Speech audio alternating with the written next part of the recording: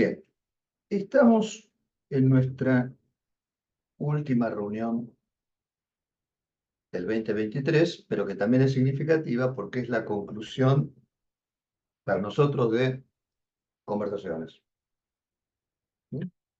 Que tiene su historia, porque recuerdo que con Patricia, un grupo de colegas de IOCARI, ¿no? La institución que está dirigiendo Patricia junto a otros colegas, comenzamos a leer conversaciones, Patricia, en el 2018, ahí en la institución. La verdad que no recuerdo en qué año. No me acuerdo. Claro, parece que ¿no? Pasó un Sí, siglo, sí, pero nos encontramos sí, en no. cosas y después Patricia se incluyó en este grupo, ya en plena pandemia, cuando comenzamos en septiembre, octubre, con ustedes a leer conversaciones. Buen día, Jimena. Bueno, Hola, buen eh, día para todos. ¿qué tal? ¿Cómo estás? Hacía esta referencia con Patricia porque ahí fue como un inicio de la lectura, después continuó en este encuentro nuestro que comienza en el 2020 y hoy estamos no solamente finalizando nuestro ciclo lectivo 2023, sino también terminando de leer conversaciones que en nuestro microclima, en nuestro microcosmos, nuestro mundo muy modestito, se ha convertido en un libro clásico. De hecho, pasó a formar parte de la bibliografía para el ingreso a las residencias de psicólogos en la ciudad de Buenos Aires y área metropolitana. Este libro y ponerse en fuego. Bien, y como al final de conversaciones, nosotros con la doctora de Gainza abordamos el tema de la transmisión. Sobre eso le preguntamos a Fuckerman. Se me ocurrió traerles a colación, a propósito de la transmisión, un pasaje de Sigmund Freud, tomo 22, nuevas conferencias de introducción al psicoanálisis. Luego les puedo pasar a quien no tienen el tomo en PDF o el pasaje que yo les voy a leer ahora. Es una conferencia de la 34 que se llama Esclarecimientos, Aplicaciones y Orientaciones. Fíjense qué avanzado Freud que ya ha hablado de aplicaciones en 1932. Aplicaciones. Eh, bueno, aquí me interesaba leerles un pasaje porque tiene que ver con la transmisión y con lo que a nosotros nos preocupa en el abordaje de la infancia y también de la adolescencia. Porque justamente acá Freud se refiere a un tema que él mismo reconoce no haber eh, recorrido lo suficiente. Aunque por otra parte dice, afortunadamente mi hija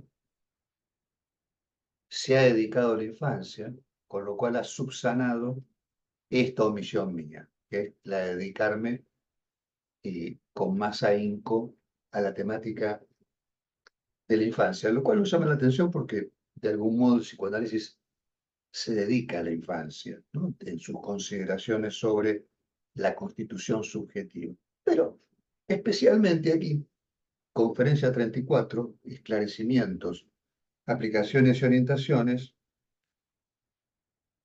nos encontramos con este pasaje en el cual Freud se refiere a la aplicación del psicoanálisis a la pedagogía y a la educación. Y sobre esto nos dice eh,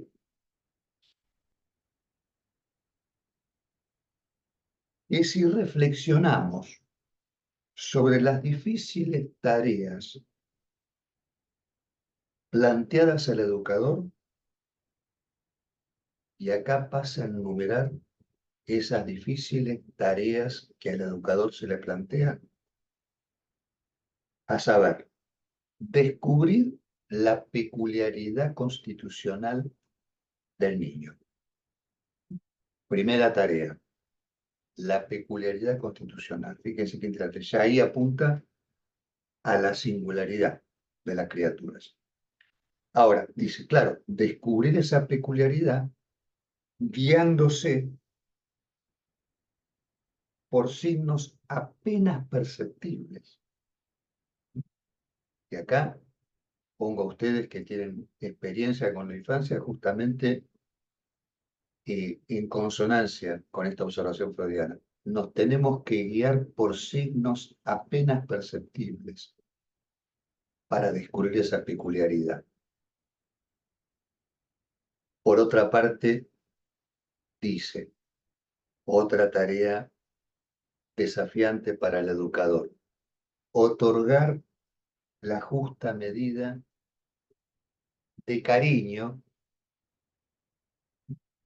y conservar, sin embargo, autoridad eficaz.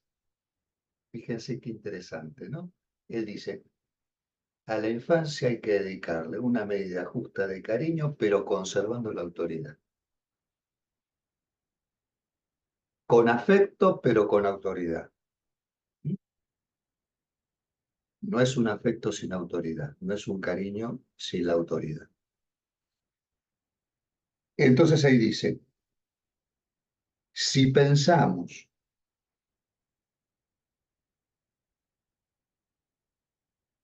en estos difíciles problemas,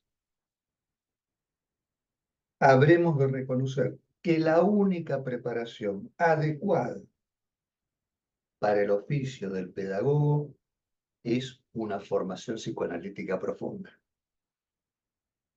¿Escucharon? ¿No?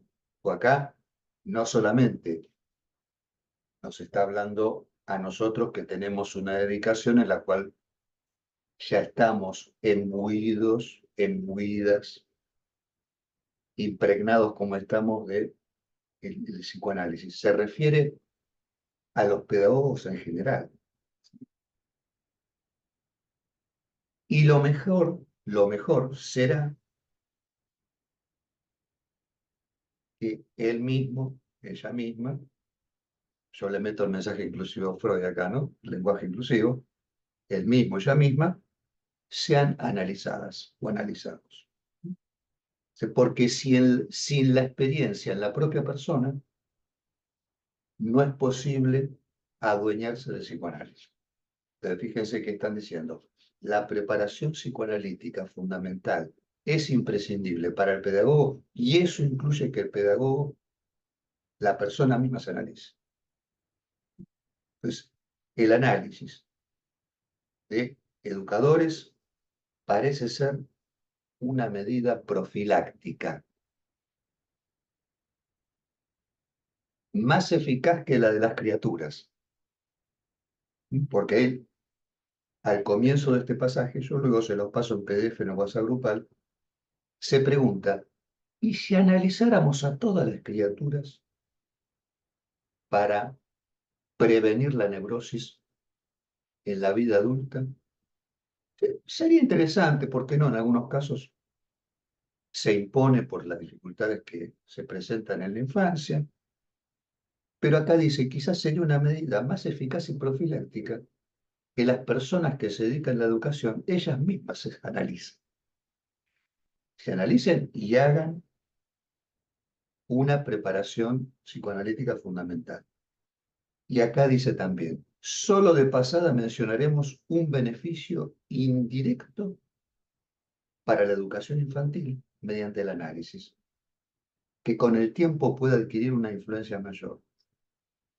Padres, madres que hayan experimentado ellos mismos un análisis y le deban mucho, entre otras cosas, la intelección de sus defectos, los defectos de su propia educación, tratarán a sus hijos, a sus hijas con mayor inteligencia y les ahorrarán buena parte de lo que ellos mismos sufrieron. Fíjense qué interesante, ¿no? Dice, bueno, padres, madres que hayan pasado por un análisis van a descubrir los defectos de su propia educación y de ese modo podrán ahorrarle a sus hijos, a sus hijas, lo que ellos mismos sufrieron. Fíjense que 1932. ¿No? ¿Qué vigencia tiene esto en este momento, ¿no?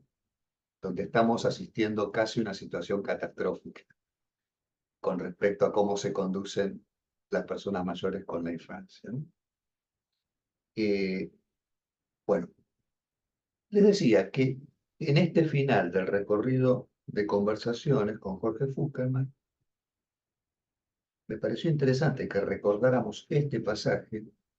Yo lo he citado en algún seminario, en algún taller, me parece un pasaje luminoso y, como les decía recién, absolutamente vigente, porque alude a, a lo que se puede considerar una condición imprescindible para situarnos frente a la infancia, y es que quienes nos dedicamos a esta noble tarea contemplemos una preparación psicoanalítica, no importa la disciplina de la cual vengamos, ahí estamos todos en una convergencia, sea la disciplina que fuere, lo que nos, lo que nos conjuga ahí, disculpen, seguramente algún banco ofreciendo algo, ahí lo que nos conjuga, el punto de encuentro, no importa la disciplina que vengamos, son nuestra dedicación a la infancia, que ahí tenemos que lidiar con la familia, ¿no? Todo un tema, y además, el punto de encuentro es lo que no sabemos, es lo que nos agujerea. ¿Qué tenemos en común? Vengamos de la psicomotricidad, de la psicología, de la psiquiatría, terapia ocupacional, profesora de educación especial, educadores, psicopedagogas, abogados de familia. Hace poco estuve en un colegio de abogados, ahí conocí a Laura Mansur personalmente. También ellos interesados, a ver cómo es esto de abordar la infancia. Entonces, yo les decía a los abogados, ¿dónde nos encontramos? En el agujero. ¿En qué agujero? Ese que señala lo que no sabemos, nuestro saber en falta, que es una posición ética, porque ustedes ofreciendo lo que les falta, que es lo que yo me consta que ustedes ofrecen, ofreciendo lo que les falta, escuchan. Es una condición para escuchar. Entonces, nos ponemos a pensar en esta preparación psicoanalítica fundamental que nos atañe a todos, a todos y a todas aquellos que nos dedicamos a la infancia. Esta preparación psicoanalítica fundamental que ya mismo Freud, hace casi 100 años, está sugiriendo. ¿Qué incluiría esa preparación psicoanalítica fundamental? Bueno, algo que seguramente acá, en esta reunión, es evidente, y es el análisis personal, el análisis de textos, lo que estamos haciendo acá, y el análisis de casos, lo que estamos haciendo acá. Con lo cual, fíjense que estamos acá, de algún modo, quienes estamos reunidos, cumpliendo esta tarea que es la de la preparación psicoanalítica fundamental. Y además, dos de estos ejes, el análisis de textos y el análisis de casos, contemplan algo muy importante, que es el enlace entre colegas. Algo que yo sé también, me consta, que ustedes consideran fundamental, ese enlace entre colegas, que es lo que venimos transitando en estos encuentros. Justamente es un enlace que propone esta lectura, la lectura no solamente del texto, la lectura de los casos, porque nosotros escuchamos y al escuchar leemos también lo que escuchamos. ¿Y Qué interesante este enlace entre colegas, ¿por qué? Porque yo estoy seguro que para nosotros ha resultado muy enriquecedor escuchar las viñetas, las ocurrencias, los comentarios que hemos estado compartiendo desde hace casi 3 años, ¿no? Al menos súper enriquecedor, los tomo, a veces los cito, los dejo registrados en mi cabeza para transmitirlos en otra reunión, porque es una experiencia invalorable la que ustedes transmiten en cada caso, en cada singularidad. Y además, ¿por qué? Porque el encuentro entre colegas, también genera algo que en este momento es muy importante, que es el entusiasmo. Y digo en este momento porque es un momento, por lo menos para nosotros en Argentina, complicado en ese sentido, poder entusiasmarse. Entonces, qué interesante, no sé en Colombia, Liliana, pero acá estamos un poquito como, sí, compungidos por algunas cuestiones, entonces, qué bueno poder encontrarse para fomentar el entusiasmo entre nosotros, ¿sí? Y recargarnos las pilas allí, ¿no? En ese encuentro. E inspirarnos, porque nosotros creo que el encuentro también nos inspira mutuamente, nos motiva y nos produce inspiración, ¿no? Digamos, nos invita a la invención el encontrarnos y a la sorpresa, porque de repente se nos ocurre algo que no habíamos pensado y lo transmitimos y a ustedes acá les consta que tenemos libertad para decir lo que tengamos ganas. Lo que hacemos acá, se los he dicho más de una vez, no está dedicado a ninguna mirada en especial. Quiero decir, no tenemos ninguna cuestión política acá de por medio. Me refiero a la política que hace a nuestra disciplina, ¿no? Donde a veces nos encontramos con, bueno, por las razones que son comprensibles, con actividades dedicadas a alguien que está en algún estrato mayor. Bueno, acá no, acá estamos en un lugar donde podemos saber lo que querramos y no tenemos ningún compromiso en ese sentido, de tener que ir hacia allá o hacia acá. Podemos hablar de lo que tengamos ganas con total libertad. Bueno, y hay otro tema en esta labor nuestra, que es el dinero. Vieron que es una temática que de la cual no se habla tanto. Bueno, Freud decía, del dinero y de la sexualidad la gente prefiere no hablar. Son dos temáticas sensibles. Y quisiera ilustrar esta dimensión, porque Freud sí la aborda, ¿eh? Si ustedes toman la obra freudiana, él habla de dinero y Lacan también. Ahora voy a mencionar algunas cosas. Esta anécdota que les voy a comentar tiene que ver con la historia del psicoanálisis y apunta a esa temática. Resulta que hubo un psicólogo que fue el primer psicólogo que se dedicó al psicoanálisis, uno de los primeros analistas no médicos que era discípulo de Freud. Se llamaba Theodor Reik. Theodor Reik era judío y en 1938, avisorando el riesgo que ya comenzaba a avisorarse en Austria, en Alemania, con el nazismo, decide emigrar con su familia. Hasta ese momento había estado muy cerca de Freud, formándose, analizándose con alguien del entorno. Freud incluso lo había ayudado económicamente a él. Persona interesantísima, ¿no? Por ciertos aportes que ha hecho al psicoanálisis, muy esclarecedores. Bueno, resulta que él decide emigrar a Estados Unidos. Pero claro, antes de emigrar, va a contarle a Freud, mire, maestro, me voy a Estados Unidos. Va a visitarlo a Freud. Y según cuenta alguna leyenda,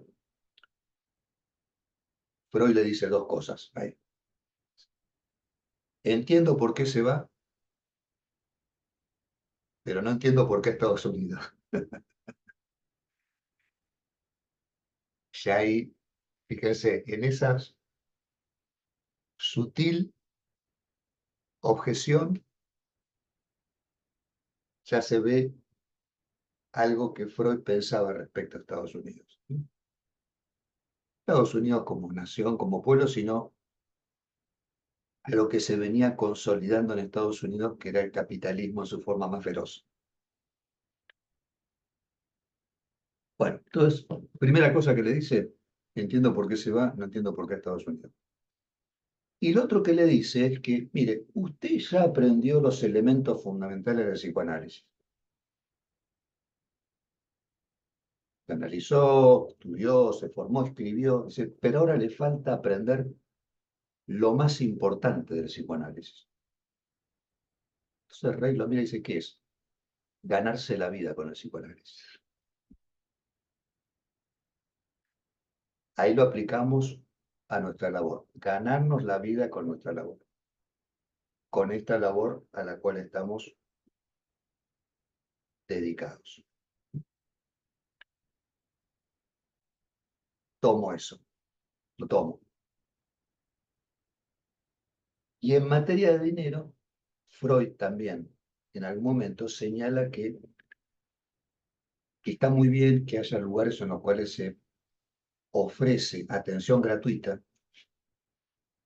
Podría ser, tenemos una colega en Cartagena de Indias que trabaja para la diócesis y en una labor realmente admirable atiende a personas en situación marginal, ¿no? De calle, y nos parece extraordinario porque además aporta una experiencia ahí genial.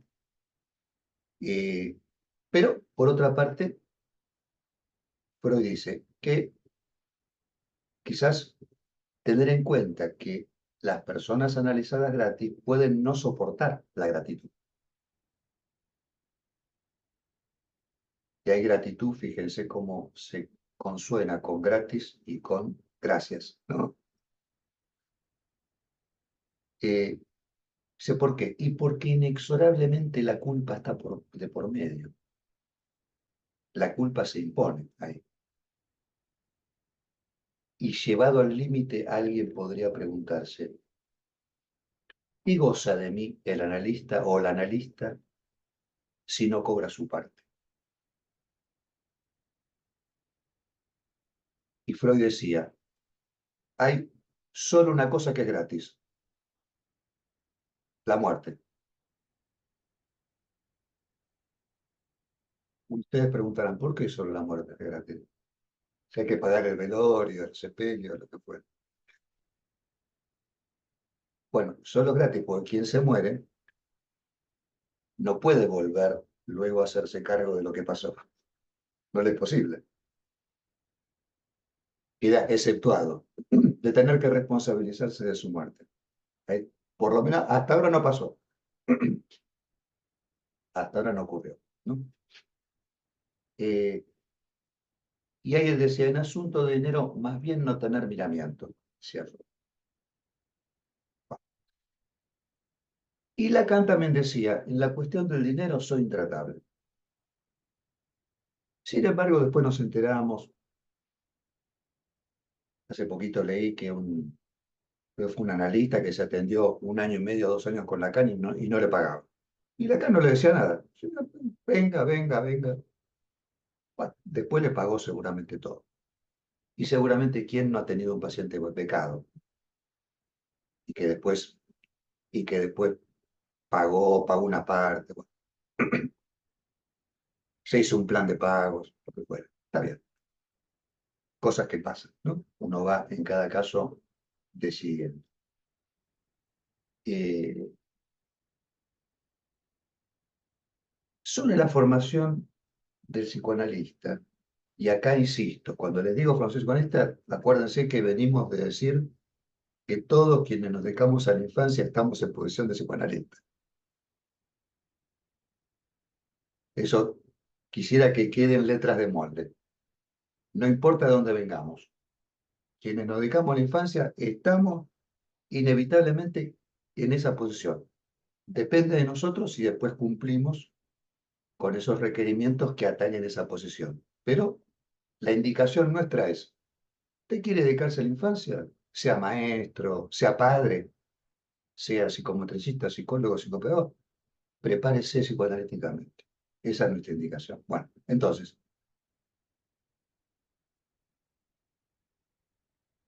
Fuckerman comenta sobre su propia formación. Él venía de la medicina, que la verdad que no tiene nada que ver con el psicoanálisis, la medicina. Es más, no solamente no tiene nada que ver, sino que está contraindicado ser médico. Se puede decir, está contraindicado, porque vienen como, si usted pasaran de, no sé, de la arquitectura a ser director de orquesta. Y les digo que incluso hay más relación entre arquitectura y la dirección de orquesta que entre la medicina y el psicoanálisis. Entonces, pero él decía que su propia formación era una mezcla entre su experiencia como analizante, fíjense que ponía también en primer lugar que análisis personal. O sea, su formación era una mezcla entre su experiencia como analizante y esa otra experiencia cuando él era tomado como analista. Y acá les señalo a ustedes esto que interesante, porque dice ser tomado. Digo esto porque ustedes, cuando aceptan una consulta, están decidiendo ser tomadas. Voy a dejar que me tomen. Voy a permitir que me tomen. En algunos casos ustedes dirán, no, acá me parece que no voy a permitir que me tomen. Por buenas razones, seguramente, ¿no? Porque ustedes consideran que hay ciertas condiciones que no se cumplen. Así debe ser. Me parece que incluso en las primeras entrevistas se decide si ustedes se dejan tomar o no se dejan tomar. Importantísimo. Primeras entrevistas para que ustedes inicien la consulta en las condiciones que consideren más adecuadas para ustedes, porque eso va a definir luego cuánta soltura tengan ustedes en la consulta. Entonces, Buckerman decía, mi experiencia como analizante, mi experiencia cuando he sido tomado como analista y lecturas, fíjense acá incluye las lecturas,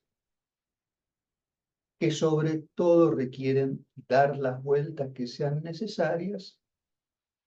Y acá él dice algo, bueno, que atañe a su propia formación, que dice, bueno, esas lecturas que me han permitido o que requieren dar las vueltas necesarias sobre el retorno que hizo Lacan respecto de aquel camino de ida que emprendió Freud. Pues acá ustedes sabrán que nosotros necesariamente, leyendo conversaciones y el próximo año se aceptan la continuidad de la propuesta, comenzando a leer dedicados al psicoanálisis, que luego les pasaré para quienes aceptan el primer capítulo del libro. Hacer el recorrido con Foucault inevitablemente nos obliga a tener que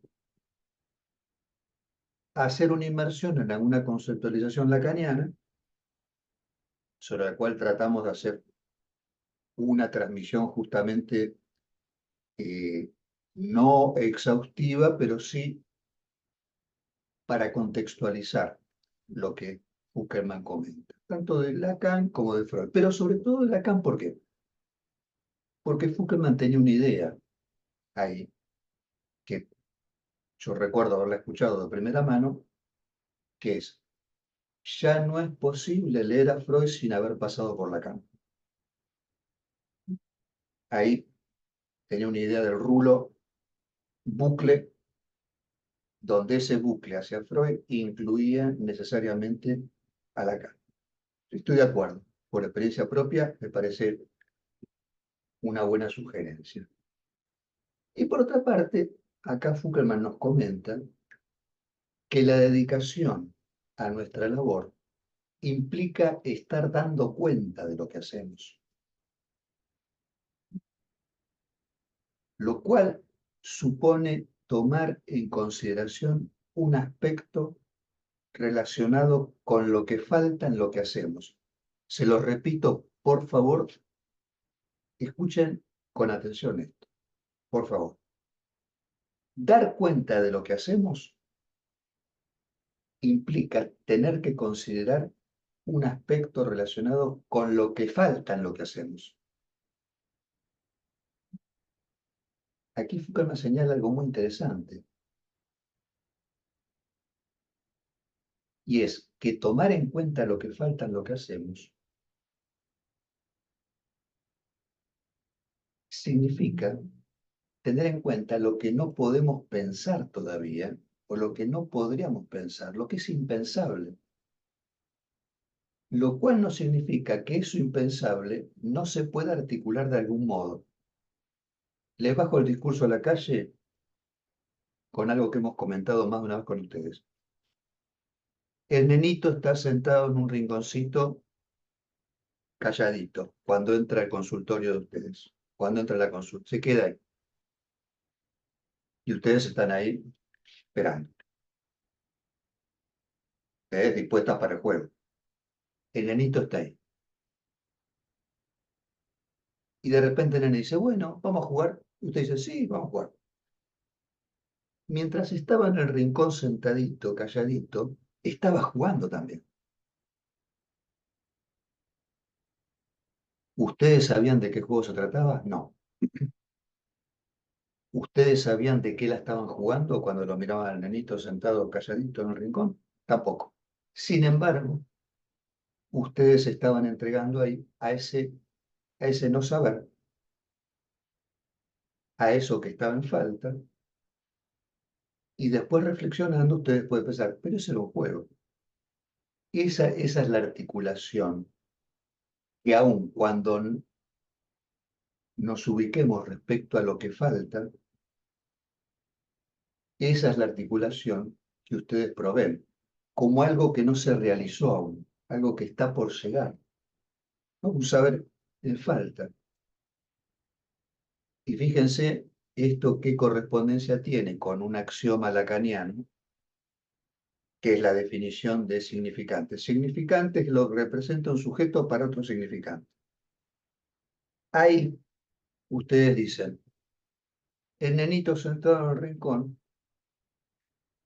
es un significante que representa a un sujeto muy particular, que es el de la infancia, que está ubicado con relación al juego, y ahí ustedes, si ustedes interpretan que eso es un juego, ahí están viendo un niño. Si ustedes dicen no está jugando, ahí no están viendo un niño, una criatura, están viendo otra cosa. Para un significante que aún no llegó, porque para ustedes esa representación todavía no es patente. Bueno, ahí está la idea de tomar en cuenta, tomar en consideración un aspecto relacionado con lo que falta. Y sin embargo, ustedes se dejan tomar aún en esa circunstancia en la cual hay algo en falta. Y dejan algo suspendido, entre paréntesis, con cierta tensión, seguramente. Y acá, respecto al pensar, ¿no? Porque por algo Foucault dice, ahí en lo que falta está indicado lo que no podemos pensar todavía, lo que nunca podemos pensar. Es interesante señalar que sobre el pensamiento, Foucault se revela eminentemente freudiano. ¿Por qué? Porque dice que el pensamiento es efecto de una articulación entre palabras. El pensamiento es efecto de una articulación entre palabras. Con esto que quiere, esto es muy importante.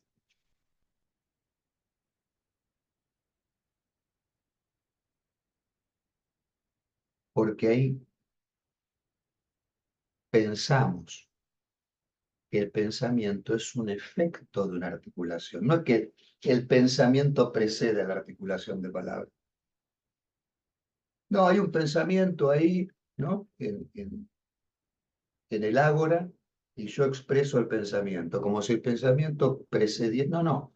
Ese pensamiento que parece tener es efecto de articulación entre palabras, que es lo que ustedes constatan si escuchan a una persona mayor e indagan en lo que está pensando, es un efecto de articulación entre palabras, ese pensamiento.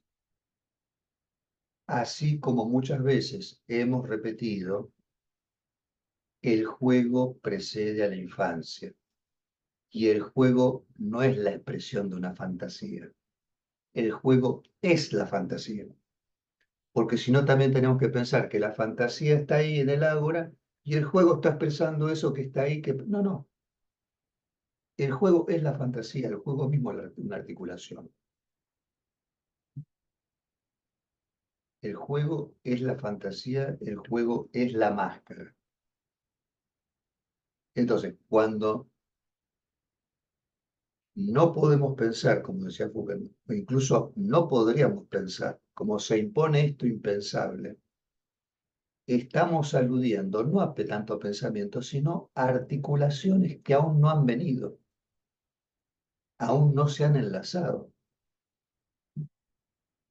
Bien. Por otra parte, volviendo al tema de la transmisión,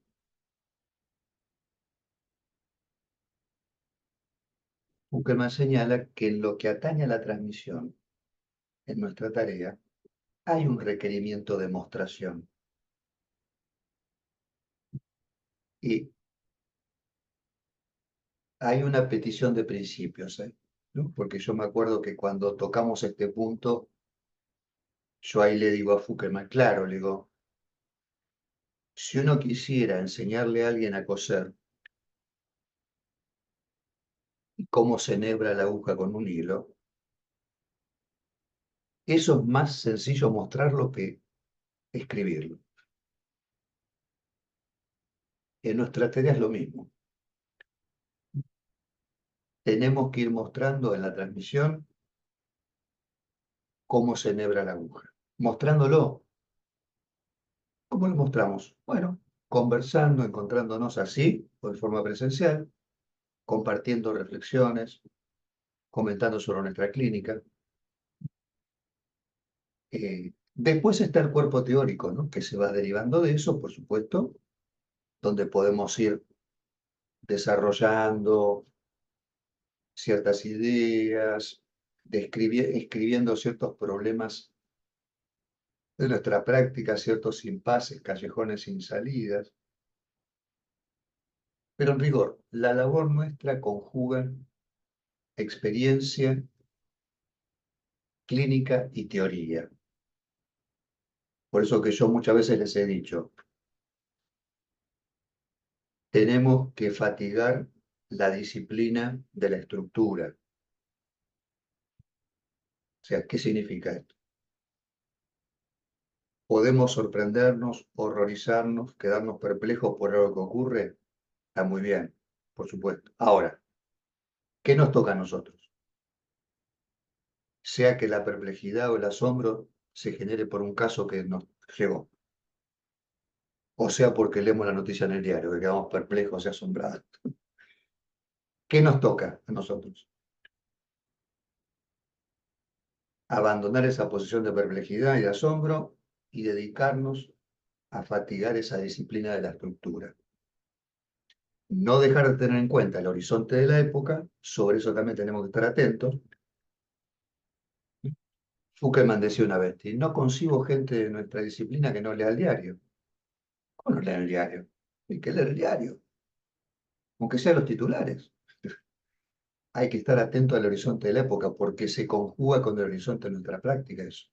El sujeto que nosotros recibimos es efecto de la época. Entonces tenemos que estar atentos a eso, pero atentos también a las cuestiones de estructura, que no importa la época que sea, son los mismos, siempre.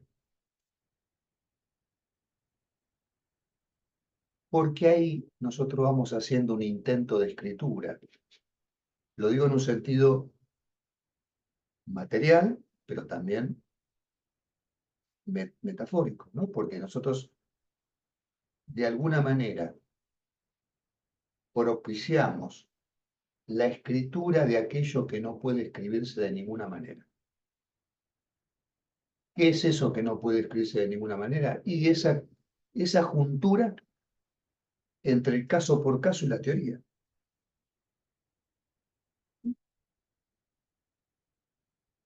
Esa coalescencia, ¿no? Entre lo que ustedes tienen ya como recorrido, como experiencia, que les permite ubicarse quizás más adecuadamente con el tiempo frente a las consultas, pero también el caso por caso, que para ustedes es un comenzar todo el tiempo de nuevo, cada vez que llega una consulta.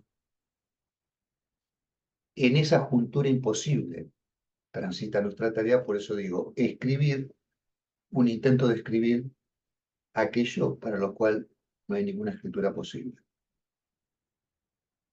Y de hecho, sobre la escritura, algo a lo cual se dedicaron Freud y Lacan, a esa juntura imposible, después pasar al plano de la transmisión. Freud, por ejemplo, esto lo tuvo en cuenta. Y él no solamente se dedicó a atender pacientes y ver los efectos que generaba este dispositivo que él había descubierto,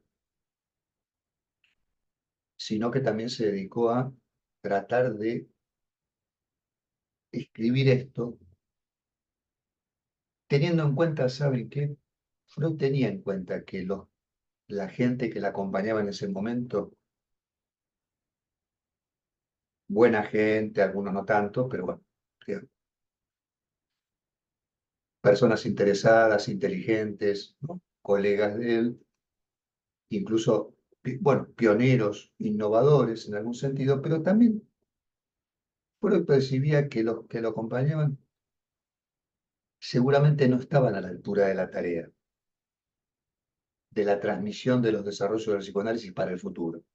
Pero ¿el qué hizo? A sabiendas de estos, se limitó a garantizar la transmisión formal del aparato teórico. Acá están